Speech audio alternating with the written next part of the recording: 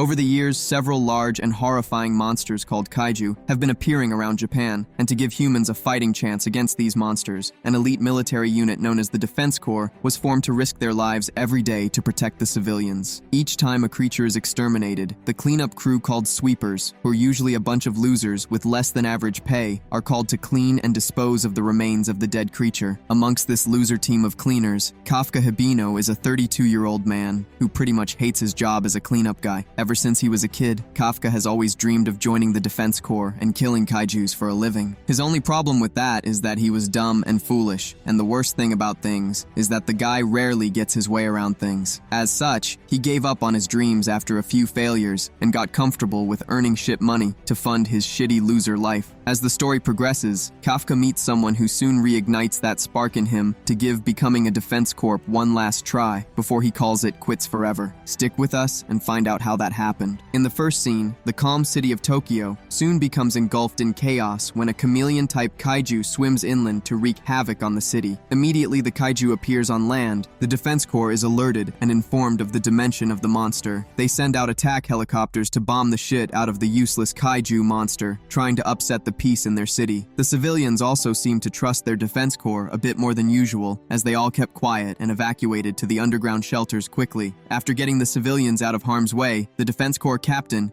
Mina Ashiro, leads her team to take the fight to the crazy monster threatening to take down their city. With a clear plan ahead, and her team managed to blow the kaiju monster's brains and guts out of its body. In just a few minutes of approaching land, the kaiju meets its end. After killing the monster, Mina and her forces exit the premises and leave things to the cleanup crew. Upon their arrival, Kafka, the loser, is seen eating a hamburger as his team scopes out the amount of guts they'll have to clean up in due time. As for the members of the 3rd Division, everyone gathered around to welcome the Defense Corps for another job well done, as they managed to take down the monster with no recorded casualties. Kafka wanders into the area and fails to see his childhood friend pass near him. When it's time to get to work, the cleanup crew begins to slice and dice the large animal into sizable chunks to be disposed of later on. While he's at work, he collects a few samples for the labs willing to work on the protein in the structure and does his thing. Moments later, one of his rookie workers accidentally bursts the kaiju's stomach and gets drenched in some of the stomach acid. Since it's way larger and more potent than that of humans, the acid burns the worker on the leg. Kafka gets off his platform and takes care of the injured worker, making sure to administer first aid before he's taken to the hospital.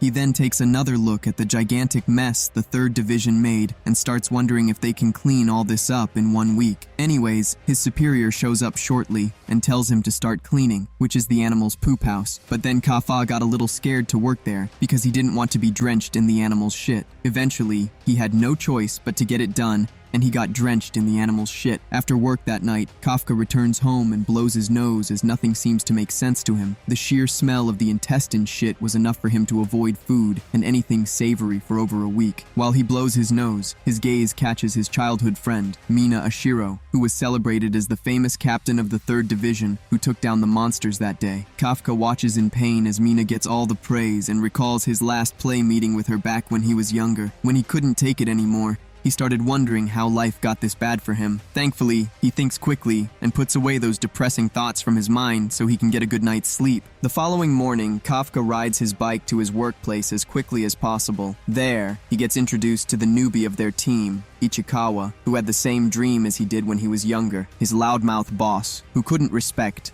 boundaries, blurts out Kafka's former dream to the young Ichikawa and lets him know just how bad things got Kafka, that he had to give up on that dream and become a cleanup guy. Ichikawa stares at Kafka with disdain in his eyes and questions Kafka over why he gave up on his lifelong dream of becoming a Defense Corps member. Kafka starts by giving excuses for how life was hard on him and also how age began to take its toll on him. In the end, Ichikawa refuses to believe in such a loser, so he leaves Kafka to do his thing while he gets dressed. After he's gone, Kafka gets very sad and angry at himself for getting the short end of the stick. Nonetheless, he still shows up to do his job like any normal man would. That day, he continues cleaning up the blood and guts all over the place and listens to his boss meet their task for the day. He puts Kafka in charge of cleaning the intestines and tells Ichikawa to help him out. Kafka heads out and completes his his job with Ichikawa. During their lunch break, Kafka tries giving Ichikawa some nose plugs to use for his next job, but Ichikawa refuses to use them. The duo gets into a fight before their break is over and continues doing their job till it's evening time. As his colleagues leave for their homes, Kafka stays behind to admire his cleanup work one more time before leaving. Ichikawa shows up and thanks Kafka for helping him with work earlier. He also lets him know that the defense force is raising the age limit to 32 years old,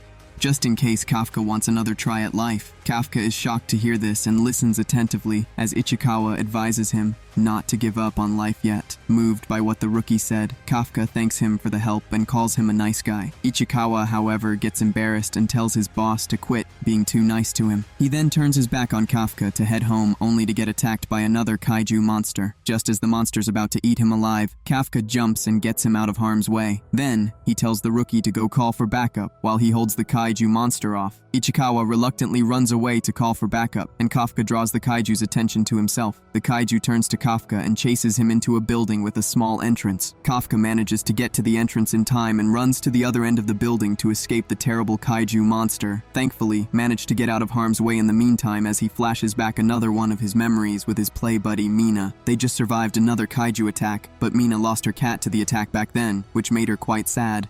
There's a moment of silence between the two of them when suddenly, one of them speaks up and promises to join the defense force to take down more kaiju monsters in the future. From then on, it became a competition to see who made it to the defense force first. Well, reality has shown Kafka the other side of life, as he now faces the very thing he swore to know how to beat. The monster catches up to him and pins him to the ground. Then, it opens its mouth and approaches Kafka to eat him up. Luckily for Kafka, Ichikawa came through in the nick of time and managed to push the monster away from his boss to repay the favor. Kafka asks him why he came back to save him, but then Ichikawa lets him know that he's already called for backup and they're on their way. In the meantime, Kafka looks at his injured leg and finds himself lying in a pool of blood. He curses his bad luck and wishes he could at least protect one thing right in his entire loser life. He watches Ichikawa get bodied to a weird position and knows that if care isn't taken, then he might just lose Ichikawa too. Just as the monster's about to take Ichikawa's head, Kafka lets out a terrifying scream that distracts the monster a little bit. Just then, a tiger from the defense corps, Mina's tiger to be specific,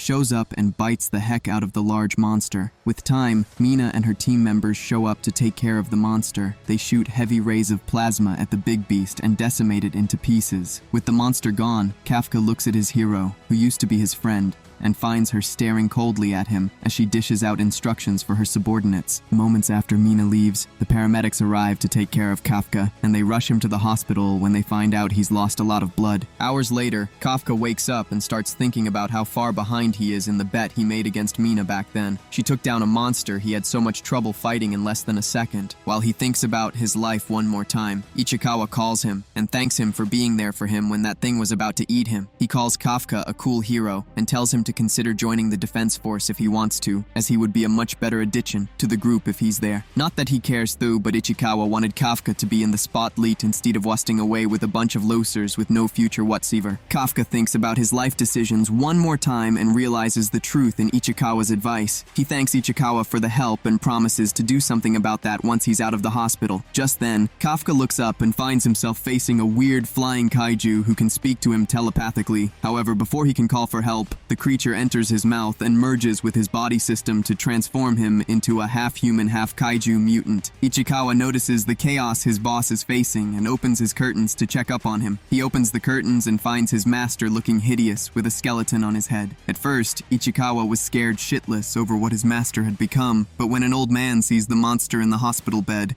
he calls in the defense force, leaving Kafka and Ichikawa with almost no time to plan their escape. Mina, who's enjoying a bath in her penthouse, recalls one of her memories with Kafka back when she was younger. Back then, Kafka promised to take care of her when she needed him the most, but as usual, he's not there now. She receives a call moments later and is informed about the appearance of the kaiju in the hospital. Mina handles the call like a professional and promises to arrange her team as soon as possible so she can get there and exterminate the monster before it gets out of hand.